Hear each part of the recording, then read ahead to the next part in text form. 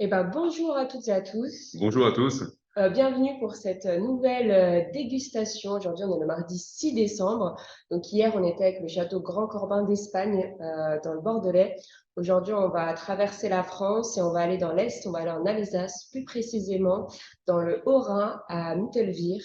C'est au nord de Colmar, juste en dessous de Rigvir, pour vous situer un petit peu. Et donc, on a rendez-vous avec le domaine Baumann-Zirgel. Voilà, un beau domaine que tu connais bien, Thierry, il me semble. Oui, oui, oui, bien sûr, je connais, c'est un domaine, j'ai connu les parents il y a une trentaine d'années, et j'avoue que c'est un domaine que j'apprécie beaucoup, et notamment la cuvée que nous allons déguster, on va en parler dans 2 secondes, Ouais. hein, donc on peut déjà en parler tout de suite.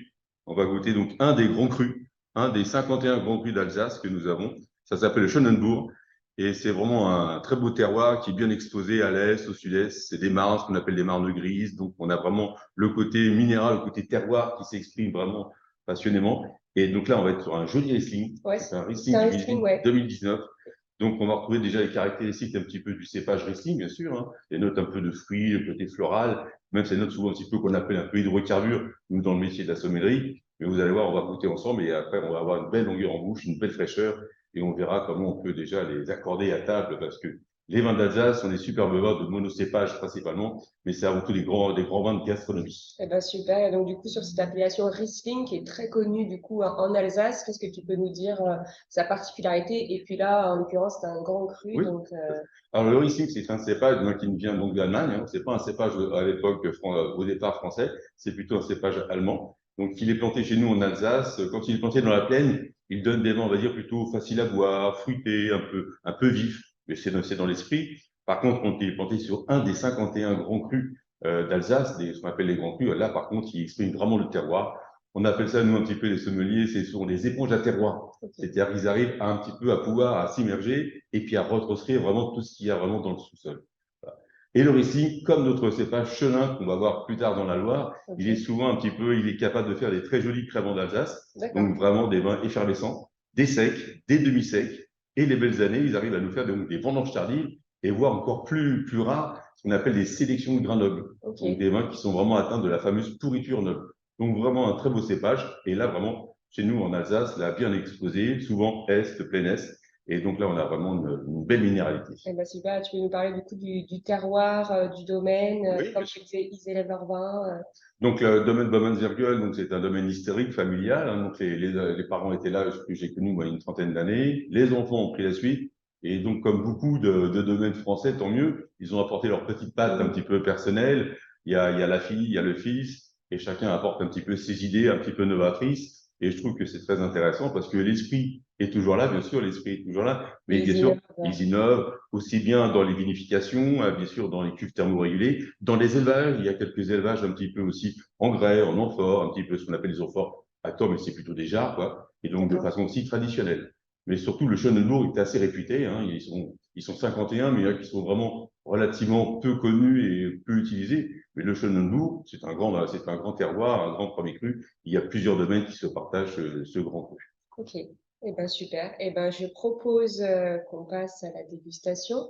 Donc moi je vais ouvrir donc la case du calendrier de l'Avent. Donc on est le 6. Donc je vais chercher le 6. Il est là. Hop. Voilà. Donc si vous avez vu, je sais pas si vous voyez, donc Alsace Grand Cru, vous avez donc c'est un Riesling. Je te sers Thierry. Oui, plaisir. Hop, voilà. Merci. Hop. Moi je me suis servi avant déjà, hein. Oui. Savoir s'il n'était pas bouché, déjà. Exactement. Mais avec la Oui, vinotant, ben là, ça risque pas. Alors, est-ce qu'on peut analyser ensemble ce vin, oui, bien Thierry? sûr. Donc, c'est la robe, on va parler de la robe. Vous savez que pour les vins, on a trois phases d'analyse. La robe, la partie olfactive, qui est Mhm. souvent la partie un peu la plus subjective, et surtout après la partie gustative. C'est là que ça va être intéressant pour nous. Et pour ce qui est de la robe, le Riesling, quand il est vinifié un petit peu en sec, comme ici, on est toujours un petit peu sur des robes un petit peu jaune pâle, hein, donc c'est un petit peu le cas d'ici. Il faut savoir que ce vin, quand il va vieillir encore quelques années, il va tirer sur une robe plutôt ce qu'on appelle jaune paille. Et D'accord. si vraiment on le garde encore 10 ans, 12 ans, parce que c'est un grand cru, Ça se c'est pour ça, garde ça, tout le temps. pour les grands crus, oui, puis les D'accord. grands millésimes. Donc ça, c'est un 2019, c'est un Schönenbourg. Donc là, une bonne dizaine d'années, ça lui fera le plus grand bien. Encore une fois, D'accord. si c'est un simple Riesling planté dans la plaine alsacienne, faut les boire à moins de 3 4 ans, quoi. Oui, C'est jeune. pas des D'accord. vins à garder trop longtemps. Donc, on a une jolie robe jaune pâle qui est là, elle est limpide, elle est brillante, donc manifestement, donc, bien sûr, très bien vinifiée. On peut regarder quand même, c'est un petit peu ce qu'on appelle souvent les larmes. Oui. Voilà, hein, ça s'appelle des larmes des jambes, et c'est une indication sur la teneur en alcool. Voilà, donc il faut savoir que plus le vin on a une teneur en alcool un petit peu élevée, les larmes ont tendance à s'accrocher à l'intérieur et à descendre tout doucement. Donc là, oui, bon, on en a quand même pas mal. Hein. On a un joli vin, voilà, où on a des larmes, on a de l'alcool, et c'est normal, c'est millésime 2019. En plus, c'est un grand cru. Ok. Et du coup, sur ce millésime 2019, qu'est-ce que tu peux nous dire? Alors, un millésime assez solaire, ce qu'on appelle solaire chez nous en France, donc des raisins qui sont montés assez rapidement en sucre. Hein. Par contre, justement, bah, c'est la magie un petit peu des grands millésimes de pouvoir garder l'acidité. Oui. Cette acidité est gardée, et on va voir, parce qu'un vin qui est quand même riche en alcool comme celui-ci, il est important d'avoir une acidité naturelle qui va venir un petit peu équilibrer notre vin.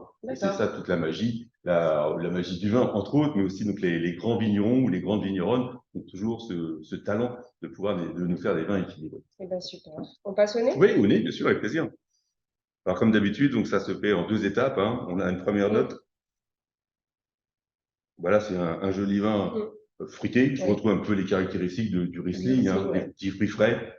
Alors, on peut trouver un petit peu de pommes, un petit peu d'agrumes. Ça, c'est un peu la caractéristique classique du premier nez. Donc, on va remettre notre verre de vin. Et on va faire la deuxième étape. Donc, l'étape numéro 2, on a souvent d'autres arômes.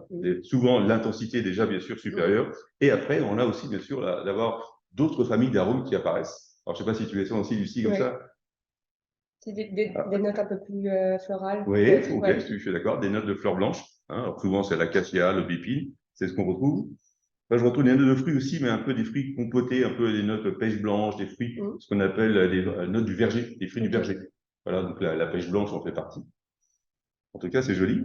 C'est un joli nez qui est bien fruité, qui est bien frais, avec ses notes caractéristiques florales et surtout ce fameux Schönbourg, donc ce sont ces marnes-là, ce terroir calcaire qui apporte ce nez un peu pierre à fusil, ce côté minéral qu'on appelle la minéralité. Super. Eh ben, je te propose qu'on déguste. Ah bah oui, bien sûr. Ah oui, Santé. Santé à tous.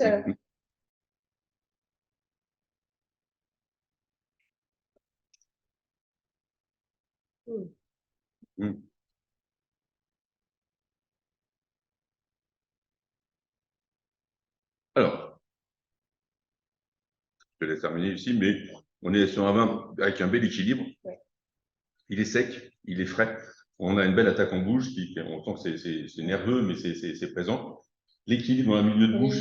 Il y a un peu d'acidité. Oui, c'est ça. On a cet équilibre entre l'alcool et puis l'acidité qui est là. Et puis du tout, après, moi, ce qui me plaît beaucoup dans ce vin, et c'est là qu'on voit un petit peu la différence entre un grand cru et un autre, c'est que, oui, hop, on déguste, on fait la rétrofaction, et là, je l'ai avalé, mais sinon, même si on le recrache, ça reste dans la bouche. Donc, dans la bouche, on retrouve ces notes un peu de fruits frais, ces petites notes florales, et surtout, ce qui caractérise ce vin, je trouve, c'est cette persistance aromatique, cette longueur en bouche, qui est fraîche, qui est bien équilibrée, et qui nous apporte aussi beaucoup de plaisir. Ouais, c'est un vin qui est vraiment excellent.